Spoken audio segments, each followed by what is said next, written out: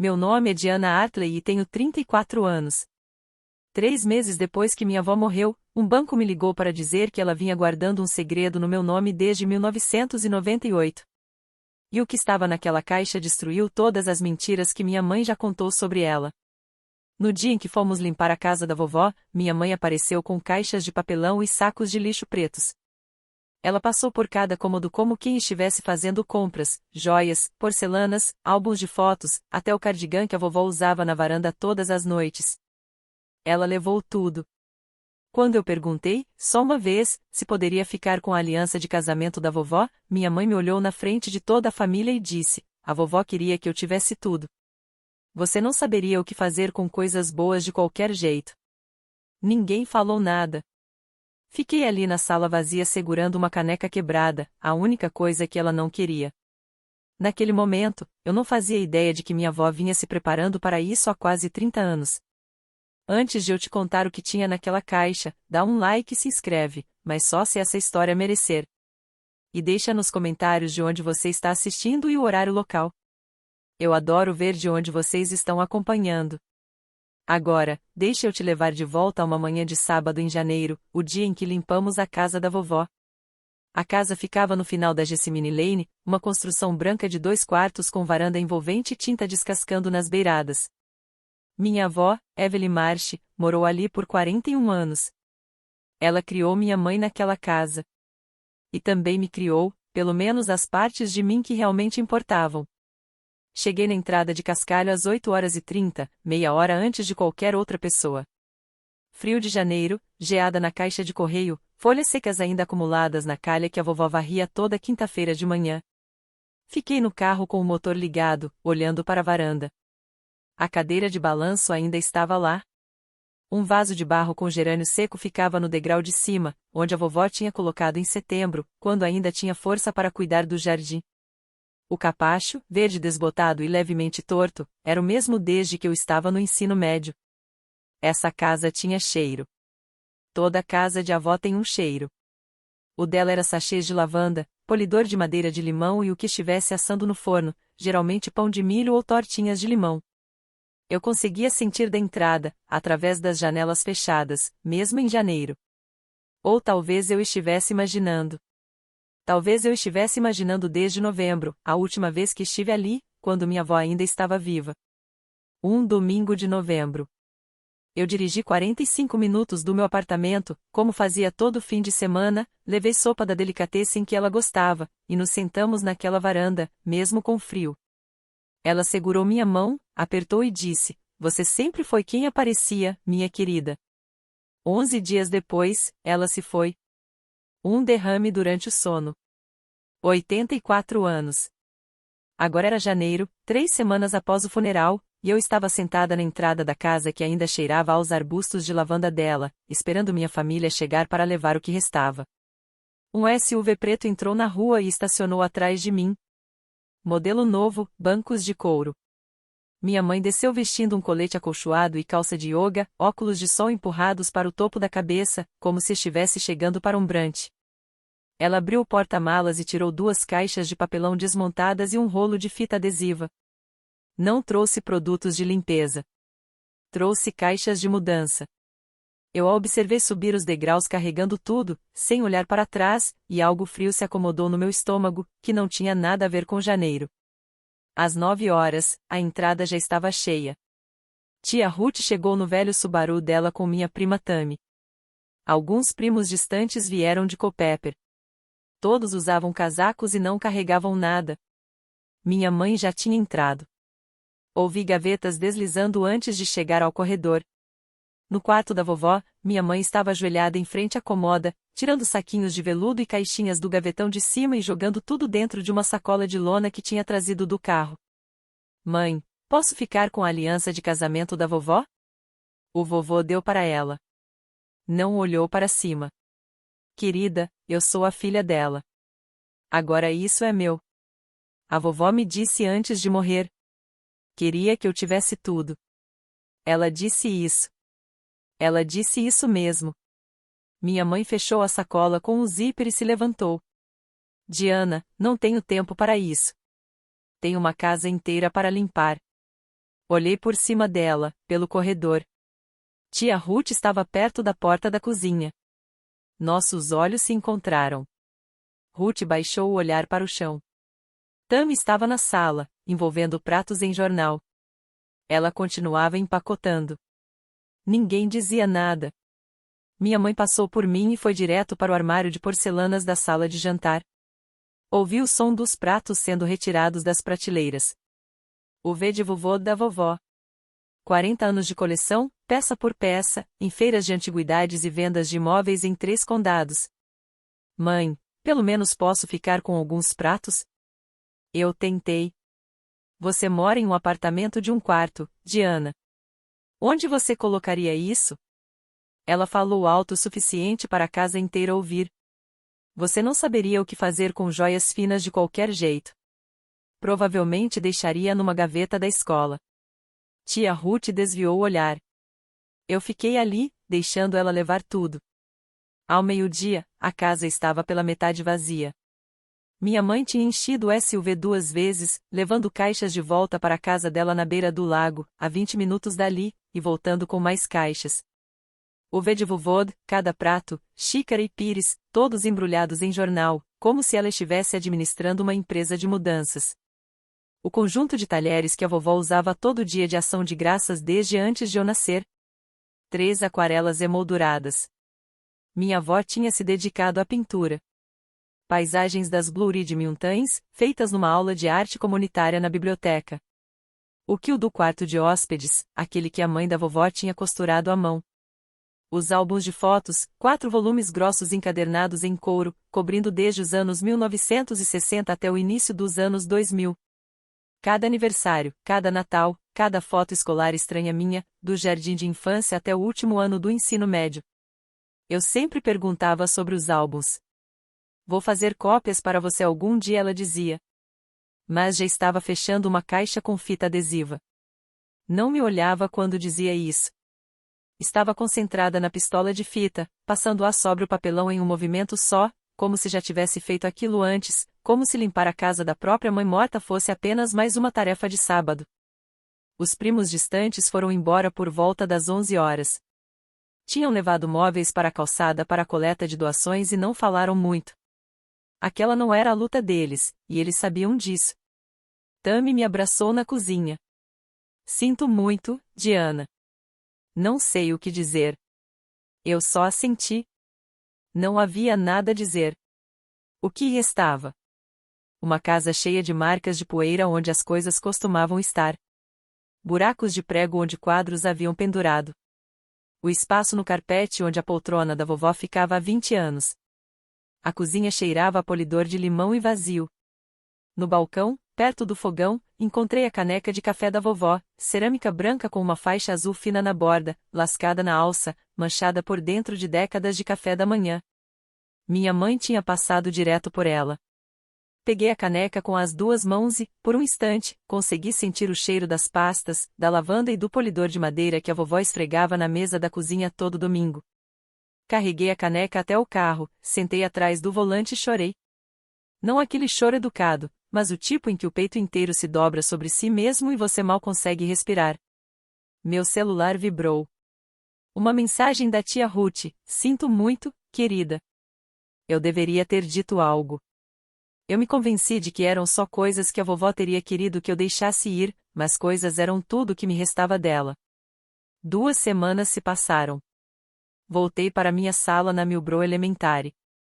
Alunos da 3ª série, provas de soletração, círculos de leitura, autorizações, a rotina comum de uma vida que paga 42 mil por ano e pede para você amá-la. E eu amava. Amava meus alunos. Amava vê-los soletrar uma palavra que nunca tinham visto antes e acertar. Amava vê-los correr para mim nas manhãs de segunda-feira como se eu tivesse estado fora por um mês. Ensinar era a única coisa na minha vida que me fazia sentir competente, útil, necessária. Minha mãe nunca entendeu isso. Ela disse, uma vez no dia de ação de graças, na frente de toda a família, que eu só estava brincando de escola. A vovó apertou minha mão embaixo da mesa. Mas à noite, sozinha no meu apartamento, o luto batia diferente. Eu percorria as fotos no celular. As únicas fotos da vovó que me restaram. Ela na varanda. Ela no Natal. Uma foto borrada dela rindo de algo que eu disse, tirada 2 meses antes de morrer. 30 fotos no total. Isso era tudo. 4 décadas de memórias. E eu tinha 30 fotos no celular. Liguei para minha mãe sobre as cópias dos álbuns. Estou tão ocupada, Diana. Você sabe que estou lidando com o espólio da sua avó. Para de ser tão carente. Mas os álbuns não fazem parte do espólio, mãe. São fotos de família. Tudo nessa casa faz parte do espólio, e eu estou cuidando disso. Ela desligou. Fiquei sentada no chão da cozinha, encostada no armário, olhando para a caneca rachada da vovó no balcão. A caneca da qual agora eu tomo café todas as manhãs, porque era a única coisa que me restava. E percebi uma coisa: minha mãe não estava apenas levando os pertences da vovó. Ela estava reescrevendo a história. Na versão dela, ela era a filha dedicada. Ela era a que se sacrificava. Ela era a que a vovó confiava. E cada vez que alguém da família repetia essa história sem questionar, ela se tornava um pouco mais verdadeira. O testamento da vovó era simples. A casa seria vendida e o dinheiro dividido. Mas bens pessoais, roupas, joias, móveis, fotos, o testamento não especificava. E minha mãe entrou nesse espaço como se fosse dono, o que, pelo que todos sabiam, ela era. A mensagem chegou de Tammy numa quarta-feira à noite. Sem cumprimentos, apenas um link e 5 palavras: não é o anel da vovó Evelyn? Cliquei no link. eBay. Um anúncio de uma aliança dourada vintage dos anos 1960, descrita como joia de espólio, em excelente estado, gravada. O vendedor tinha postado 3 fotos. Ampliei a última. O interior da aliança, ENR 1962. Evelyn e Robert. A aliança de casamento dos meus avós. O anúncio dizia vendido. Preço, $1.800. Sentei na beira da cama e senti algo se mexer atrás das minhas costelas. Um clique, como se uma trava tivesse girado. Liguei para minha mãe. Ela atendeu na terceira chamada. Você vendeu a aliança da vovó? Silêncio. Do que você está falando? Está no eBay, mãe. Eu tenho o anúncio. IR 1962. Um suspiro longo. E daí? É minha. Eu precisava do dinheiro. Você não pode julgar como eu gerencio minhas finanças. Isso não era seu para vender. O vovô deu isso para a vovó. Nem ouse me dizer o que era de quem. Eu sou filha dela. Desliguei. Minhas mãos estavam firmes. Minha voz estava firme. Mas por dentro, algo havia mudado para sempre. A aliança estava na mão do vovô Robert quando ele morreu, em 1996. A vovó a usou em um cordão no pescoço por 6 anos, até que ficou pesada demais. Ela colocou dentro da comoda, e minha mãe a pegou de um saquinho de veludo e vendeu para um estranho por $1.800. Descobri depois que Tammy não tinha encontrado aquele anúncio por acaso. Tia Ruth havia pedido para ela ficar de olho em tudo. Ruth estava construindo um registro silencioso de tudo que minha mãe fazia. Eu ainda não sabia disso, mas fiquei grata. Minha mãe ligou de volta na manhã seguinte, 6h15, antes do meu despertador. Se você continuar assim, Diana, vai ficar sem mãe também. Não respondi. Dei minha vida por aquela mulher. 30 anos dirigindo até aquela casa, cozinhando, limpando, segurando a mão dela em cada consulta médica. Você aparecia nos finais de semana como uma turista. Não finja que se importava mais do que eu. Eu conhecia a verdade. Nos últimos 3 anos de vida da vovó, eu estava lá todo sábado. Cozinhava suas refeições para a semana. Levava-a ao cardiologista em Charlottesville, 1h30 de estrada a cada trecho. Limpava suas calhas. Consertava a grade da varanda. Fiquei com ela quando não conseguia dormir. Minha mãe vinha no dia de ação de graças, às vezes na Páscoa. Ligava aos domingos, chamadas de 15 minutos para falar sobre si mesma e perguntar se a vovó precisava de algo sabendo que a resposta seria não. Mas minha mãe contava outra história para a família há anos. E todo mundo acreditava, porque era mais fácil do que olhar de perto. Não estou brigando com você, mãe disse. Então pare de agir como se eu tivesse feito algo errado. Você vendeu a aliança do vovô. Ela era minha. Ela desligou. Saí da cama, tomei banho, fiz café na caneca rachada da vovó, dirigi até a escola, ensinei meus alunos da terceira série sobre frações, o ciclo da água e como escrever um parágrafo com frase tópico. Naquela noite, sentei à mesa da cozinha e fiquei olhando para a caneca por um bom tempo. A caligrafia da vovó estava no fundo, ela tinha escrito com marcador permanente anos atrás, para que sua caneca não se confundisse nas reuniões da igreja. Emile em Marche. Fui para a cama, não consegui dormir, fiquei olhando para o teto. Às 7 horas da manhã seguinte, meu telefone tocou. Um número que eu não reconhecia. Código de área de Millbrook. Quero fazer uma pausa aqui. Se você está assistindo e alguém da sua família já vendeu algo que pertencia a uma pessoa que você amava, eu entendo esse sentimento. Não é sobre dinheiro. Nunca é sobre dinheiro. É sobre respeito. Sobre o que é sagrado. Se essa história está chegando perto da sua própria vida, deixa um like para eu saber que não estou contando isso sozinha. E fique comigo, porque aquela ligação mudou tudo. Senhorita Hartley, aqui é Patrícia Cole, do First Heritage Bank, em Millbrook. Eu estava na cozinha, ainda de hobby, o telefone pressionado no ouvido. Estou entrando em contato sobre um cofre alugado em seu nome. Desculpe, em meu nome? Sim, senhora. Cofre 1177, alugado sob o nome de Diana R. Hartley. O contrato original foi feito em março de 1998. Eu tinha 6 anos em 1998. O cofre foi pré-pago por 28 anos. Patrícia continuou. O contrato vence nesta primavera. Gostaríamos de agendar um horário para que a senhora possa acessar o cofre antes disso. Sentei no chão da cozinha, encostada no armário, logo abaixo da caneca da vovó. Quem abriu essa caixa? A titular original era Evelyn R. Marche. Ela listou você como única autorizada a mexer nela. Vovó, minha mãe sabia disso. Connie Hartley. Uma breve pausa, o som das teclas.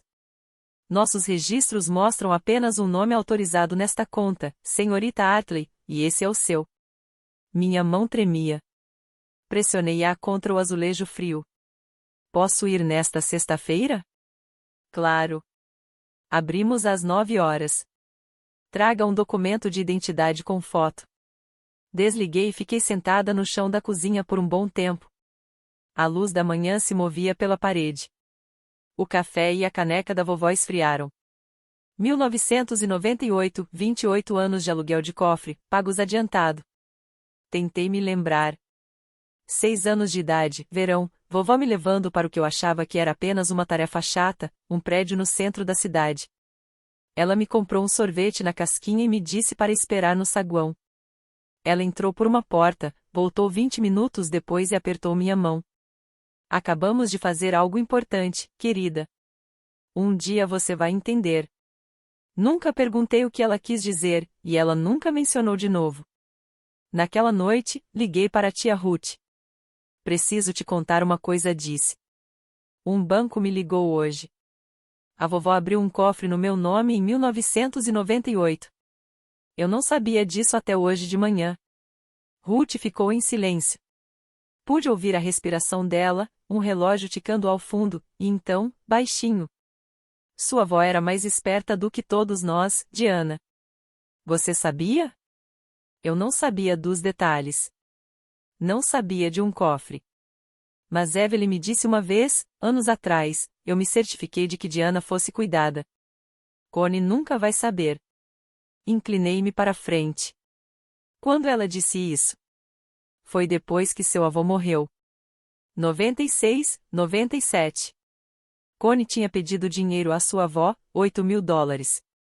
Disse que precisava para uma emergência, problema no carro ou dívida no cartão. Não lembro exatamente. Evelyn deu para ela. Connie nunca devolveu. Nunca mencionou de novo. Nenhuma ligação, nenhum cheque, nenhum obrigado. Ruth fez uma pausa. Foi aí que algo mudou na sua avó. Ela ainda amava Connie, claro, mas parou de confiar nela.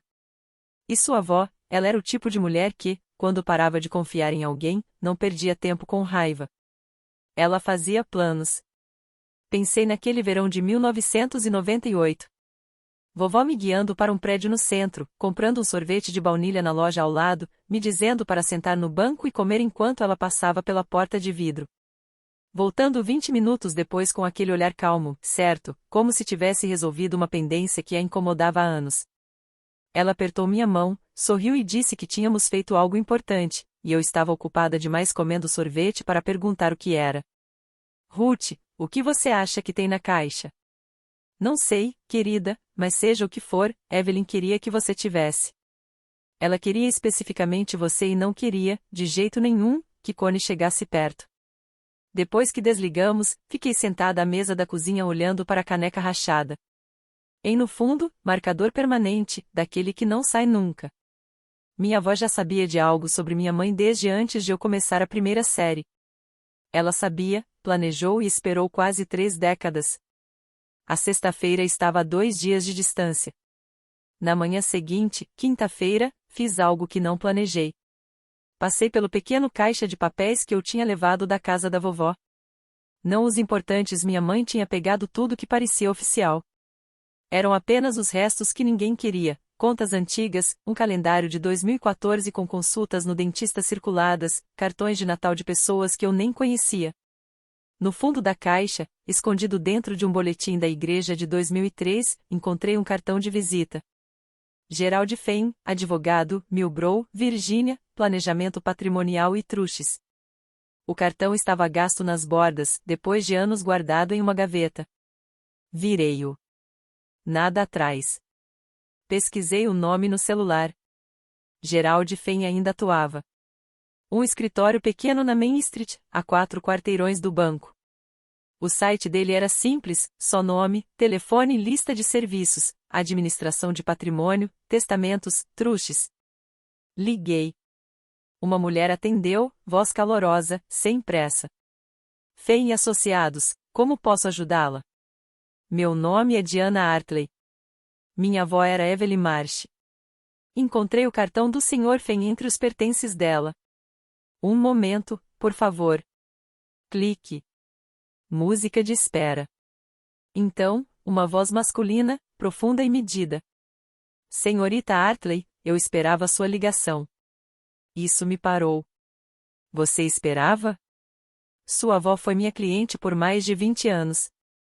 Era uma mulher muito cuidadosa. Ele fez uma pausa.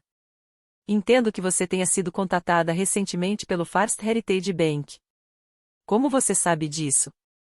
Não posso discutir detalhes por telefone, mas gostaria de me encontrar com você depois que visitar o banco. Pode me ligar na sexta à tarde? Sim. Ótimo. Abra a caixa primeiro, senhorita Hartley. Depois me ligue. Tudo fará sentido. Ele se despediu. Profissional, tranquilo, como alguém que esperava há muito tempo por essa ligação específica. Quinta à noite. Meu telefone acendeu. Mãe. Quase não atendi, mas algo me disse para ouvir. Diana. Oi? A voz dela estava diferente, mais suave, quase doce. Estive pensando na semana passada. Sei que fui dura com você, e me desculpe. Que tal você vir aqui neste fim de semana? Eu faço o jantar. Minha mãe nunca tinha se desculpado comigo. Nem pelas coisas que disse na casa, nem por vender aliança, nem por nada. Que gentil da sua parte, mãe. Vou pensar. Ótimo. Uma pausa, depois casual demais. Ei, a vovó já te contou alguma coisa? Alguma conta, algum papel que ela pudesse ter? Lá estava. Como assim? Ah, nada. Só que estive olhando os papéis do espólio e quero ter certeza de que pegamos tudo da casa. Ela podia ter coisas que eu não sabia. Você sabe como ela sempre escondia coisas. Mantive a voz neutra. Não lembro de nada. Ok. Se lembrar de alguma coisa, me avisa. Ela fez uma pausa de novo. Tem certeza? Nenhum envelope antigo, extrato bancário? Não, mãe. Nos despedimos. Desliguei, coloquei o telefone na mesa e fiquei pensando. Alguém devia ter contado algo para ela, ou ela tinha encontrado algo nos papéis da vovó. Talvez um extrato bancário, um recibo do aluguel anual do cofre, alguma coisa que fizesse ela achar que havia mais para descobrir. Minha mãe não estava ligando para se desculpar. Ela estava pescando. Fui até a cozinha, peguei a caneca da vovó e segurei por um momento. Depois coloquei de volta no balcão e falei em voz alta, para ninguém, para a vovó, para o apartamento vazio. Amanhã eu vou naquele banco, e não vou contar para ela. Mas minha mãe se mexeu primeiro. Quarta-feira, 2 dias antes do meu compromisso no banco, ela enviou uma mensagem em grupo para a família. Ruth, Tammy, os primos de Culpeper, até Dali, meu pai, que estava fora da minha vida desde o divórcio, quando eu tinha 12 anos. Reunião familiar na minha casa neste sábado. Precisamos discutir o espólio da mãe e finalizar algumas coisas. Por favor, venham. Eu não sabia o que ela queria dizer com finalizar. Descobri quando entrei na casa dela na manhã de sábado e vi documentos espalhados sobre a mesa de jantar. Minha mãe havia contratado um advogado, no Gerald Fehn, alguém de Fredericksburg cujo nome eu não reconheci. Os papéis eram impressos em papel grosso, com aparência oficial. A linguagem era densa, mas a ideia era simples: a família assinaria um acordo de consentimento nomeando Connie Hartley como única executora do espólio de Evelyn Marsh, com autoridade total sobre a distribuição de todos os bens pessoais. Tudo a seu exclusivo critério. Ruth já estava lá, sentada no canto da sala, braços cruzados. Tammy sentou ao lado dela, lendo os papéis no celular. Alguém tinha enviado fotos dos documentos para ela. Minha mãe ficou à cabeceira da mesa de jantar, com uma blusa creme, óculos de leitura, cabelo recém-arrumado. Ela tinha preparado um discurso. Cartões de índice estavam ao lado dos documentos. Obrigada a todos por virem, disse, a voz tremendo sou suficiente para soar emocionada. Como vocês sabem, perder a mãe foi a coisa mais difícil que já enfrentei. 30 anos cuidando dela. 30 anos. Ela enxugou o olho com um lenço. Tammy olhou para mim. Ruth encarava a parede. Eu não tinha contado nada a ninguém sobre o banco, sobre Gerald Fehn, sobre sexta-feira. Sentei e fiquei ouvindo. Por que precisamos assinar algo? Perguntei. O testamento da vovó diz que a casa será vendida e o dinheiro dividido. Minha mãe se virou para mim. A suavidade da ligação de quinta-feira tinha sumido. A casa é uma coisa, Diana, mas os pertences pessoais da mãe são meus, disse. E ainda tem a aliança de casamento que você vendeu no eBay. O ambiente ficou em silêncio. Ruth endireitou-se na cadeira. Tammy largou o celular.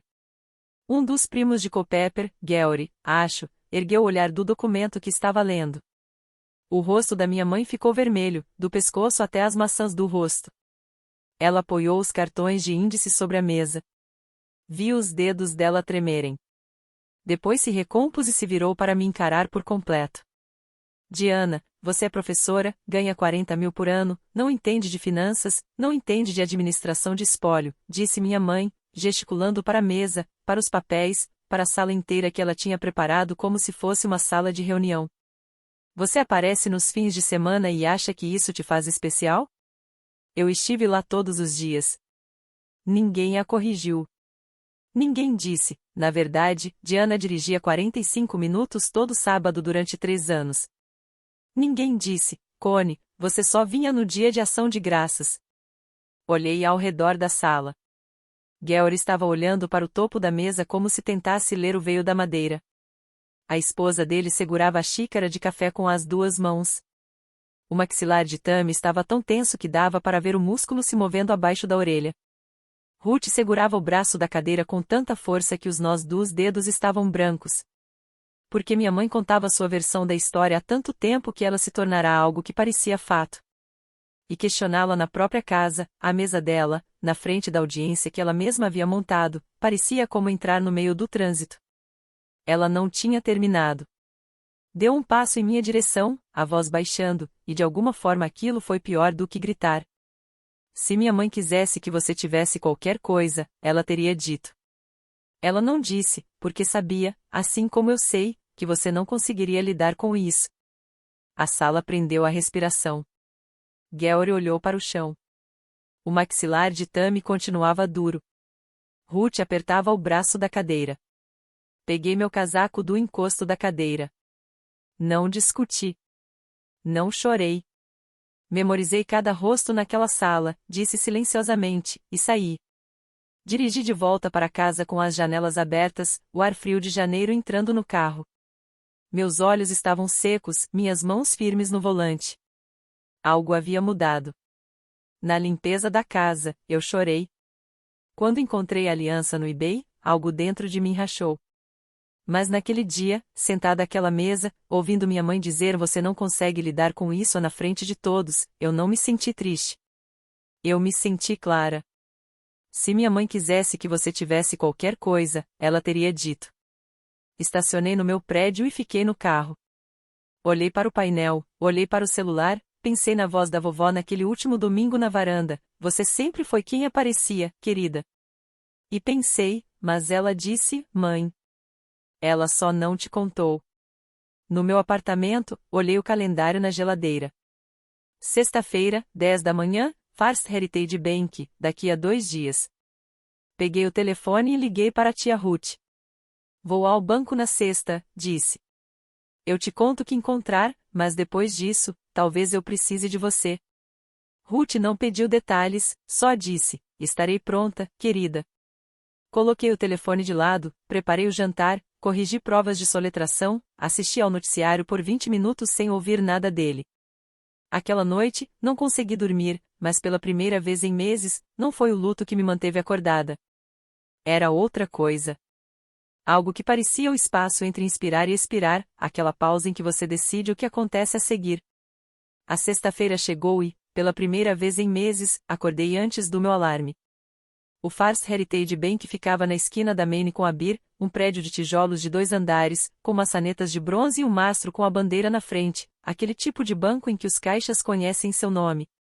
A vovó havia bancado ali a vida inteira. Cheguei às 9h05. O saguão cheirava a limpador de carpete e papel antigo. Uma mulher de blazer azul marinho se aproximou antes que eu chegasse ao balcão. Senhorita Hartley, sou Patrícia Collie, disse, nos falando pelo telefone. Ela me conduziu a uma mesa no fundo. Entreguei minha carteira de motorista, ela comparou com algo na tela, digitou, conferiu de novo e me pediu para assinar um cartão. Assinei, ela conferiu novamente e disse que tudo conferia, e me pediu para segui-la. Passamos por uma porta, por um corredor curto forrado de fotos emolduradas da rua principal de Millbrow nos anos 1940, até entrar em uma sala que eu nunca tinha visto antes, a sala do cofre, teto baixo, luzes fluorescentes zumbindo, paredes cobertas do chão ao teto com pequenas portas de metal numeradas em bronze. O ar era fresco e seco, sem cheiro, como o controle climático e o tempo parado. Patrícia parou diante da porta 1177, usou uma chave mestra, a pequena porta se abriu com um som como um suspiro. Dentro havia uma gaveta de metal achatada, do tamanho de uma tampa de caixa de sapatos. Ela puxou e colocou sobre uma mesa estreita encostada na parede. Fique à vontade, estarei logo ali fora, disse, e a porta se fechou atrás dela com um clique. Eu estava sozinha. Olhei para a gaveta. Dentro havia apenas uma coisa, um envelope manila, tamanho carta, grosso o suficiente para algumas folhas, fechado com a aba encaixada, sem cola, como se a vovó tivesse feito para ser fácil de abrir quando chegasse a hora. A escrita dela na frente, em caneta azul, para Diana. Quando você estiver pronta. Puxei a cadeira, sentei, peguei o envelope. Pesava quase nada. A caligrafia da vovó, eu reconheceria em qualquer lugar, a mesma cursiva cuidadosa de todos os cartões de aniversário, todas as listas de compras coladas na geladeira, todas as notas que ela escondia na minha lancheira quando eu era pequena. Quebrei o selo. Dentro havia 3 itens, uma carta manuscrita, um documento bancário e um papel dobrado pesado que era uma escritura. Li a carta primeiro. O papel era creme, levemente amarelado nas bordas, datado de 14 de março de 1998. A caligrafia da vovó pequena, inclinada para a direita, cada letra conectada. Querida Diana, se você está lendo isto, significa que eu me fui e alguém do banco te encontrou. Espero que você tenha tido uma boa vida. Espero que você seja gentil. Acredito que você será. Estou escrevendo isto porque conheço minha filha. Eu amo a Connie, mas também a conheço. Ela sempre quis o que não era dela. Quando seu avô morreu, perguntou pelo relógio antes mesmo do funeral terminar. Ela pegou emprestado $8.000 de mim em 1996 e nunca mencionou novamente. Nenhuma palavra, nenhum pagamento. Não sei o que ela fará quando eu me for, mas sei que ela não será justa com você. Por isso, estou garantindo que você tenha algo que ela não pode tocar. O que está neste envelope é seu legalmente, completamente. Gerald Fenn pode explicar tudo. Eu gostaria de poder ter te contado isso enquanto eu estava viva, mas queria que você crescesse sem depender disso. Queria que você fosse forte por conta própria primeiro, e você é. Eu sei que é. Você sempre foi quem aparecia, querida, e sempre será. Com todo o meu amor, vovó. Dobrei a carta e a pressionei contra o peito. A sala do cofre estava fria e silenciosa. As luzes fluorescentes zumbiam acima de mim. Em algum lugar além das paredes, podia ouvir o murmúrio distante do saguão do banco. A vovó sabia. Em 1998, quando eu tinha 6 anos e ela me comprava sorvete naquele mesmo prédio, ela já sabia exatamente o que minha mãe faria. Limpei o rosto e peguei o segundo documento, um certificado de depósito emitido pelo Shenandoah Valley Savings Bank em março de 1998. $25.000 depositados por Evelyn Rua Marsh em nome de Diana R. Hartley. 28 anos de juros compostos. Um bilhete preso ao certificado com um clipe, na caligrafia de Gerald Fenn, estimava o valor atual entre $55 e $65.000. Li o número 3 vezes. O terceiro item era uma escritura, uma propriedade de 1,2 acres nos arredores de Millbrook, comprada por Evelyn Rua Marsh em 1985 e transferida via quitclaim deed para Diana R. Hartley em 1998, registrada no cartório do condado, final legal. Escondido atrás da escritura havia um bilhete manuscrito em um post-it sobre uma conta no Valley Federal Credit Union. Beneficiário: Diana Rua Hartley, saldo aproximadamente $40.000, número da conta baixo. Sentei com esses papéis no meu colo dentro de um cofre do banco, e os números não faziam sentido para mim. Não porque fossem complicados, mas porque eram reais. Isso era mais do que a parte da minha mãe na casa da vovó. Isso era um bote salva-vidas que havia ficado submerso por 28 anos, esperando eu precisar dele. Patrícia Cole bateu suavemente e abriu a porta. Está tudo bem, senhorita Hartley? Olhei para cima. Meu rosto estava molhado, mas eu sorria de um jeito que não sorria há meses. Minha avó, disse, ela planejou tudo isso. Patrícia assentiu do jeito que funcionários de banco fazem quando já viram famílias se desmoronar por dinheiro e reconhecem aquele momento raro em que alguém foi amado de verdade. Reuni os papéis, os coloquei cuidadosamente de volta no envelope manila e peguei o telefone. Gerald Fenn atendeu na primeira chamada. Senhor Fenn, abriu o cofre. O escritório de Gerald Fenn era exatamente o que se espera de um advogado de heranças de cidade pequena que pratica há mais de 40 anos. Painéis de madeira, uma cadeira de couro atrás da mesa com um assento rachado, diplomas emoldurados da Universidade da Virgínia na parede. Ele era alto, cabelo branco, usando gravata mesmo sendo uma sexta-feira à tarde de janeiro. Sente-se, senhorita Hartley. Eu espalhei o conteúdo do envelope sobre a mesa dele, a carta, o certificado de depósito, a escritura, o post-it com os dados da conta na cooperativa de crédito. Ele colocou os óculos e olhou cada item, embora eu tivesse a sensação de que já sabia o que estava escrito. Tudo isso aqui é válido, disse. O certificado de depósito, a escritura, a conta payable on defio todos estão fora do espólio da sua avó. Foram criados em seu nome ou com você como beneficiária designada antes da morte dela. Sua mãe não tem nenhum direito legal sobre nada disso. Eu soltei o ar que nem percebi que estava prendendo. Evelyn veio até mim em 1997, disse Fenn. Ele tirou os óculos e os pousou na mesa. Ela se sentou exatamente nesta mesma cadeira. Disse, minha filha vai levar tudo quando eu morrer. Preciso que você garanta que minha neta tenha um futuro. Passamos 6 meses organizando isso. Por que ela não me contou? Ela queria que você vivesse sua vida sem esperar por uma herança. Palavras dela, não minhas. Ele fez uma pausa. Ela também me pediu para não entrar em contato direto com você. Disse que o banco faria o aviso quando o contrato estivesse perto do vencimento, e que quando você me ligasse, eu saberia que estava pronta. Ele entrelaçou as mãos. Quer que eu informe sua mãe ou prefere lidar com isso sozinha? Pensei no sábado, na mesa de jantar, nos papéis de consentimento, na voz da minha mãe, você não aguenta. Minha mãe marcou aquela reunião de família para me humilhar. Eu acho que a família merece ouvir a verdade. Minha avó manteve esse segredo por 28 anos. 28 anos pagando aquele aluguel anual, ano após ano, sem dizer uma palavra. Fico me perguntando o que ela pensava toda vez que me via crescer, toda vez que segurava minha mão na varanda. Se você tem alguém na sua vida que te amou assim silenciosamente, que te protegeu sem que você soubesse, deixa um coração nos comentários e fica comigo, porque o que vem a seguir é quando minha mãe descobriu. Minha mãe tinha marcado a assinatura para o domingo seguinte. Mesma casa, mesma mesa de jantar, mesmo elenco, Ruth, Tammy, os primos de Culpeper. Ela tinha enviado uma mensagem de lembrete para todos, tragam identidade. Vamos fazer rápido. Ela esperava assinaturas, esperava conformidade, esperava que todos se alinhassem como sempre fizeram. Eu cheguei 10 minutos atrasada de propósito. Queria que todos estivessem sentados. Eu queria que a sala estivesse cheia.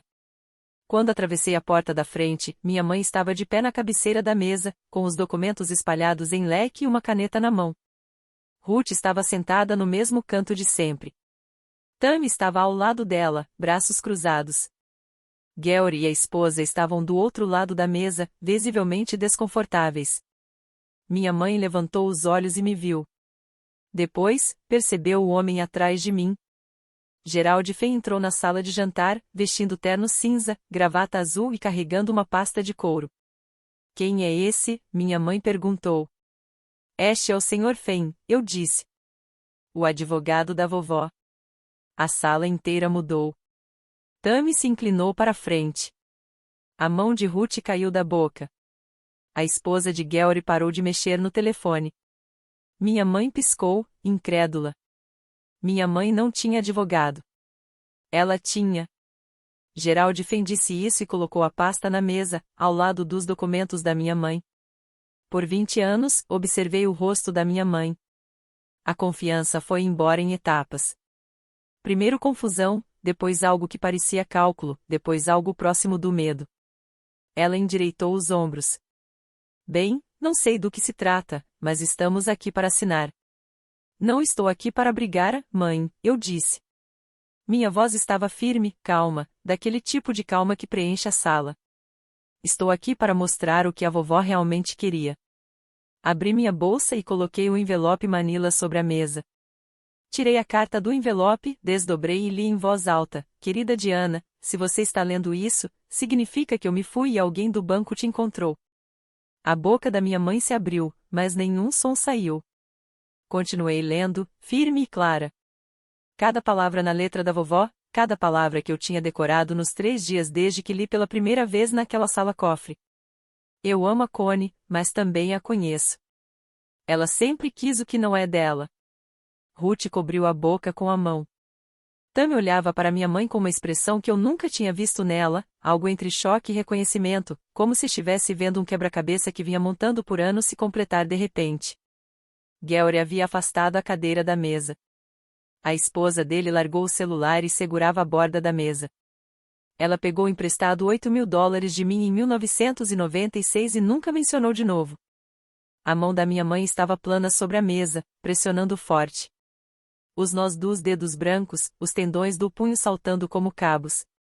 Continuei lendo sobre o relógio do vovô, sobre a vovó não saber o que Connie faria, mas saber que ela não seria justa, sobre Gerald Fay. Terminei a carta e a deixei sobre a mesa, virada para cima, para que todos vissem a letra, a data 14 de março de 1998, 28 anos atrás. Depois, organizei o certificado de depósito, a escritura e as informações da conta, um de cada vez, alinhados como cartas em uma mão que haviam sido distribuídas há muito tempo e que só agora estavam sendo jogadas. A vovó abriu um cofre em meu nome e em 1998 eu disse. Isso estava dentro, um certificado de depósito de mais de $60.000, um terreno e uma conta pagável na morte no valor de 40 mil. Tudo em meu nome, tudo legal. Gerald Fenn falou sem elevar a voz, esses bens foram estabelecidos fora do inventário da Sra. Marsh. A Sra. Hartley é a única proprietária legal. Não podem ser contestados. Minha mãe se levantou, arrastando a cadeira pelo piso de madeira. Isso é fraude. Ela foi manipulada. Mãe tinha demência. Evelyn estabeleceu isso em 1998, disse Fenn. Ela tinha 56 anos e plena capacidade mental. Tenho a documentação assinada pelo médico dela. A sala ficou em silêncio. Minha mãe ficou ali, segurando o encosto da cadeira. Isso não é justo, disse. Eu sou filha dela. Eu mereço. Ela não terminou a frase. Nem precisava. Mãe, eu disse. Ela olhou para mim, os olhos úmidos, não de tristeza, mas de fúria. Você levou tudo da casa da vovó. Você vendeu o anel do vovô. Disse a esta família que eu não era capaz de lidar com nada. Mantive a voz baixa, devagar. Escolhi cada palavra do jeito que a vovó escolhia cada ponto quando tricotava, deliberadamente, um de cada vez. E a vovó sabia, há 28 anos, que você faria exatamente isso. Ingrata? Não sou ingrata. Mantive o olhar nela. Cansei de ficar em silêncio. Virei-me para a sala. Ruth chorava silenciosa, segurando um lenço no rosto. Tammy estava com a mão sobre o peito, respirando rápido, daquele jeito que você respira quando tenta não dizer algo que vai se arrepender. Georg olhava para os documentos sobre a mesa, balançando a cabeça lentamente. A esposa dele segurava o braço dele. Não estou aqui para punir ninguém, eu disse, mas quero que todos saibam que a vovó deixou claro o que queria e fez questão de que ninguém pudesse tirar isso. A sala estava tão silenciosa que dava para ouvir o relógio na lareira, o zumbido da geladeira na cozinha, um carro passando lá fora. Ruth se levantou, atravessou a sala e me abraçou. Segurou firme, mais firme do que no funeral, mais firme do que durante a limpeza da casa, e eu deixei. Por cima do ombro dela, vi Tammy acenar uma vez, com lágrimas escorrendo pelo rosto. Georg pressionou os lábios e me deu um olhar que dizia o que sua boca não podia. Desculpe por não ter falado antes. Minha mãe sentou. A cor sumiu do rosto. A boca estava entreaberta. Pela primeira vez em meus 34 anos de vida com ela, não tinha nada a dizer, nenhuma história para inventar, nenhuma versão onde fosse a heroína, nenhuma lágrima para encenar. A carta da vovó estava sobre a mesa, na letra que ela reconhecia tão bem quanto eu, e cada palavra era a verdade que ela passou décadas garantindo que ninguém veria. Juntei os documentos e os deslizei de volta para o envelope. Olhei para Gerald Fenn. Ele fez um pequeno aceno com a cabeça. O Sr. Fenn vai cuidar de tudo a partir daqui, eu disse. Caminhei até a porta da frente, abri-a, saí e, pela primeira vez, não olhei para trás. Na semana seguinte àquele domingo, o telefone começou a tocar. Não é meu, é da minha mãe. Ruth me ligou na terça-feira. 3 de nós nos recusamos, disse. Georg, a esposa dele e um dos primos de Culpeper. Eles disseram a Connie que não assinariam os papéis dela. E o que ela disse? Ela chamou Georg de ingrato. Ele desligou. Sem o consentimento da família, minha mãe não poderia se colocar como executora única. O tribunal nomearia alguém neutro, um administrador terceiro, para lidar com o espólio. Minha mãe receberia a parte legal dela na venda da casa, mas não teria controle do processo. E, numa cidade pequena como Millbrow, perder controle era o mesmo que perder a reputação. Minha mãe me ligou 7 vezes naquela semana. Eu não atendi. As mensagens começaram raivosas e terminaram desesperadas. Segunda-feira, Diana, aqui é sua mãe. Você não tinha o direito de me envergonhar assim. Quarta-feira, você virou a família contra mim. Está feliz agora? Sexta-feira, Diana, por favor, podemos resolver isso. Só preciso de ajuda com algumas contas. Ela não disse desculpa, nenhuma vez. Só disse que precisava de ajuda com contas. Guardei as mensagens, fechei o aplicativo e fiz o jantar. Naquele sábado, Ruth me contou outra coisa. A notícia havia se espalhado além da família. A vovó era conhecida em Millbrook há 4 décadas, suas amigas da igreja, vizinhos, as mulheres com quem jogava bridge toda quinta-feira. 3 delas ouviram o que aconteceu na reunião de família e 2 ligaram diretamente para Connie. Uma delas, uma mulher chamada Pauline, que era a amiga mais próxima da vovó, deixou uma mensagem que Ruth tocou para mim. Evelyn sempre disse que a Connie ia aprontar alguma coisa. Acho que ela estava certa. Minha mãe também não atendeu essa ligação. Eu não comemorei, não postei nada, não contei a ninguém na escola. A primeira coisa que fiz com o certificado de depósito foi quitar meus empréstimos estudantis. $32.000, uma dívida que carregava desde os 20 anos, pagando o mínimo todo mês durante 12 anos enquanto ensinava outras crianças a ler. Eu já tinha feito as contas, na velocidade que estava pagando, só teria zerado aos 53 anos. Dirigi até a cooperativa de crédito com os papéis que Gerald Fenn havia preparado. A caixa processou sem alarde. Digitou alguns números, imprimiu um recibo, sorriu e disse, parabéns. Saí com saldo zero pela primeira vez na minha vida adulta e fiquei no carro do estacionamento respirando devagar, do jeito que se respira quando um peso que você carregou tanto tempo finalmente é levantado. O dinheiro restante do certificado de depósito eu coloquei na poupança. Um fundo de emergência. Daquele tipo de reserva que eu nunca tinha tido. Daquele tipo de coisa que separo consigo pagar o conserto do carro andua não sei como vou comer essa semana. Pela primeira vez na vida, uma despesa inesperada não era uma crise. Era só uma despesa.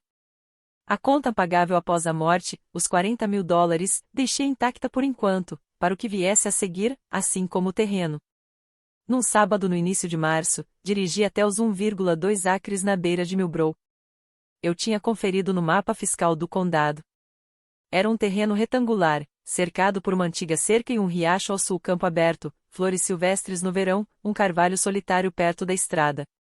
Reconheci o lugar no momento em que estacionei. Vovó costumava me trazer aqui para piqueniques quando eu era pequena. Espalhávamos uma manta sob aquele carvalho, comíamos sanduíches e ela me mostrava os pássaros. Eu não voltava lá há 20 anos. Ela tinha comprado aquele terreno em 1985, 7 anos antes de eu nascer. Fiquei ali, no frio, olhando o campo e lembrei dela dizendo uma vez, eu devia ter uns 8 ou 9 anos, um dia você vai ter um lugar só seu, querida. Ela já tinha comprado. Só não me contou. A casa da minha mãe no lago entrou no mercado em abril. Ruth me contou que tinha passado por lá e visto a placa de vende-se no fim da entrada. Uma busca rápida online confirmou, listada por $289.000. A mesma propriedade que minha mãe vinha financiando há anos com dinheiro que ela não tinha. A matemática era simples. Sem a fortuna que esperava do espólio da vovó, sem as joias que poderia vender, a porcelana que poderia consignar, a renda da casa que poderia controlar, minha mãe não tinha dinheiro suficiente para manter as dívidas, os $47.000 no cartão de crédito, a hipoteca da casa no lago que ela usava talvez 6 fins de semana por ano. Ela havia apostado em herdar para sair do buraco. E vovó, silenciosamente, garantiu que as maiores apostas fossem tiradas da mesa. Eu não senti alegria. Quero deixar isso claro. Observei minha mãe perder a casa no lago do mesmo jeito que se observa um fogo se apagar sozinho, com um tipo de atenção pesada e cansada. Não havia satisfação nisso. Apenas o fato bruto de que ações têm consequências, mesmo quando você passou a vida inteira tentando evitá-las. Minha mãe dizia às pessoas que eu tinha virado a família contra ela. Contava aos colegas do escritório de imóveis que eu tinha contratado um advogado para roubar dela. Tentou reescrever a história do jeito que sempre fazia, mas a carta agora estava lá fora. Palavras da vovó, letra da vovó, e as pessoas que tinham se sentado naquela sala de jantar e me ouvido ler. Elas lembravam. Um dos meus primos mais velhos ligou para minha mãe no final de abril. Eu soube por Tammy. Você vendeu o anel do Bob, Connie lhe disse. Evelyn está morta há 3 meses, e você já vendeu o anel do marido dela. Minha mãe desligou na cara dele. A primavera chegou devagar em Millbrow aquele ano. Os dogwoods florescendo tarde, manhã ainda fria o suficiente para usar jaqueta. Ruth e Tammy começaram a aparecer para o jantar às quartas. Meu apartamento era pequeno. Comíamos na mesa da cozinha, com os joelhos se tocando, mas ninguém ligava. Ruth trazia vinho, Tammy trazia pão da padaria da Main Street. Eu cozinhava coisas simples, sopa, massa, aquele tipo de refeição que a vovó costumava fazer. Numa noite, Ruth largou o garfo e disse: "Sabe, sua avó e eu conversamos sobre isso, sobre a Connie, sobre o que poderia acontecer." O que ela disse? Ela disse: "Ruth, a Connie vai levar tudo, mas a Diana vai ficar bem." Eu já cuidei disso. Ruth sorriu. Eu não sabia os detalhes, ela não contou, mas tinha aquele olhar. Sabe, aquele olhar calmo que ela tinha quando decidia algo e nada no mundo poderia mudar. Eu conhecia aquele olhar. Já tinha visto no alpendre, na mesa da cozinha, no jeito que ela segurava a caneca de café com as duas mãos e olhava pela janela como se estivesse calculando algo que só ela podia ver. Tammy estava olhando fotografias antigas da coleção de Ruth. Ruth tinha guardado cópias de algumas fotos de família ao longo dos anos. Não eram os mesmos álbuns que minha mãe levou, mas eram suficientes. Tammy trouxe tudo num pendrive. Aniversários, feriados, uma foto da vovó e do vovô no dia do casamento, 1962, em frente a uma igreja, com o vestido que ela mesma tinha costurado. Imprimi aquela foto e colei na geladeira, ao lado do cartão do compromisso no banco que eu ainda não tinha jogado fora. Ela sempre dizia que eu era a melhor parte dessa família. Diana, disse Ruth, agora entendo por quê.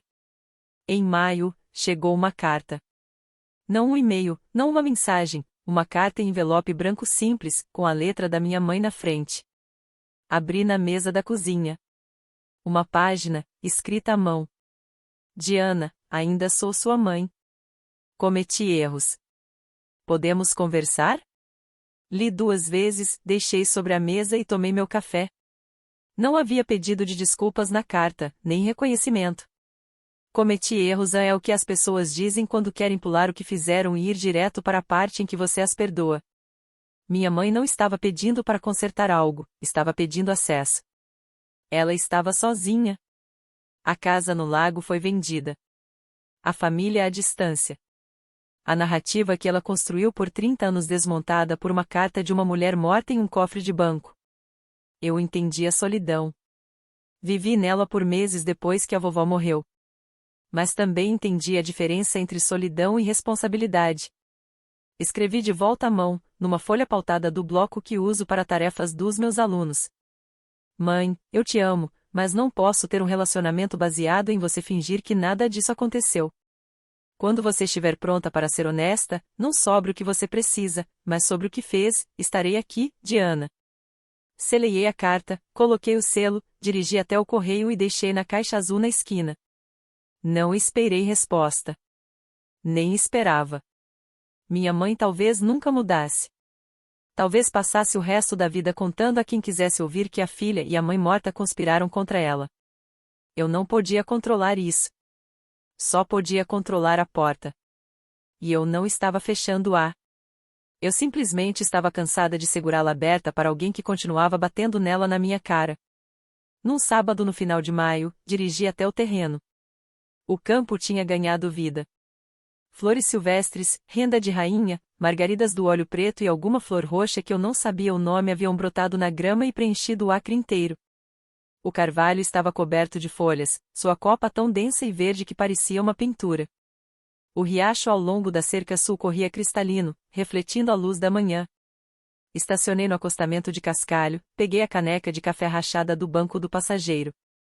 Eu havia começado a levá-la comigo para alguns lugares, como algumas pessoas carregam uma fotografia, e caminhei até o portão. Sob o carvalho, despejei café do meu termos na caneca da vovó e sentei na grama. A manhã estava quente. Abelhas trabalhavam nas flores silvestres. Um cardeal cantava no topo da árvore como se fosse dono do lugar. Em algum ponto do campo, um trator zumbia em uma fazenda vizinha. Tirei a carta do bolso da jaqueta. Eu a carregava há semanas, dobrada em um quadrado, encostada no peito como um talismã. As dobras estavam amolecendo. A tinta começava a desbotar onde meu polegar tocava as mesmas palavras repetidas vezes. Você sempre foi a que aparecia, querida. E sempre será. Li de novo, devagar desta vez, ouvindo a voz dela em cada palavra. Depois, dobrei novamente em quadrado e guardei no bolso. Olhei para o campo, para as flores, para a árvore sob a qual eu e a vovó nos sentávamos quando eu era pequeno o suficiente para caber no colo dela. Quando ela apontava para um sabiá azul e sussurrava o nome, como se me apresentasse a um amigo. Ela havia comprado aquele terreno em 1985. Antes de eu existir, antes de saber que eu nasceria, antes de saber que tipo de pessoa eu seria. Ela comprou, guardou, colocou meu nome e nunca disse uma palavra. Apenas confiou que, algum dia, eu estaria exatamente naquele lugar, entendendo tudo que ela não podia dizer em voz alta. Eu apareci, vovó, eu disse, como sempre faço. Bebi meu café. O cardeal cantava. O riacho corria. O vento passava pelas folhas do carvalho, fazendo um som como páginas sendo folheadas. Ela não podia me proteger de tudo, mas tinha feito questão de que eu pudesse me proteger. Se você está assistindo a isso e alguém na sua família continua dizendo que você não é suficiente, que você não é inteligente o bastante, bem-sucedido o bastante, digno o bastante, quero que ouça algo. Provavelmente há alguém que vê você, alguém que sabe exatamente o seu valor, mesmo quando as vozes mais altas na sala dizem o contrário. Talvez seja um avô. Talvez uma tia. Talvez um professor, vizinho ou amigo que tenha observado de longe, esperando o momento em que você esteja pronto para se ver como eles veem você. Minha avó não me contou sobre aquele cofre porque queria que eu vivesse minha vida sem depender dele. Ela queria que eu me tornasse a pessoa que ela acreditava que eu era, por conta própria. E então, quando chegasse a hora, ela queria que eu soubesse que nunca estive tão sozinha quanto pensei. Eu não sou rica. Ainda ensino terceira série na Milbro Elementary. Ainda moro no meu apartamento de um quarto. Tenho um terreno que ainda não construí nada. Tenho uma conta poupança que me permite dormir à noite. E tenho uma caneca de café rachada da qual bebo todas as manhãs. O dinheiro importava. Não vou fingir que não. Mas a carta importava mais, porque nela minha avó disse algo que eu precisava ouvir a vida toda: eu conheço sua mãe e eu conheço você, e você é diferente. Meu valor não é medido pelas pessoas que me subestimam, mas por aquelas que planejam 28 anos à frente só para garantir que eu ficaria bem. E se ninguém te disse isso recentemente, considere que estou te dizendo agora: alguém te vê. Alguém já tem um plano. Você só ainda não encontrou o envelope. Essa é a minha história. Obrigada por ficar até o final. Se você torce por avós que amam de forma silenciosa e intensa, clique em curtir. Se você acredita em colocar limites, mesmo quando é a coisa mais difícil que você já fez, se inscreva. E se você já passou por algo parecido, se tem uma história sobre alguém que te protegeu mesmo quando você nem sabia, compartilhe nos comentários. Eu leio cada uma delas. Há outra história te esperando na descrição abaixo. É sobre uma mulher que foi subestimada a vida inteira, até que não foi mais. Acho que você vai gostar. Até a próxima!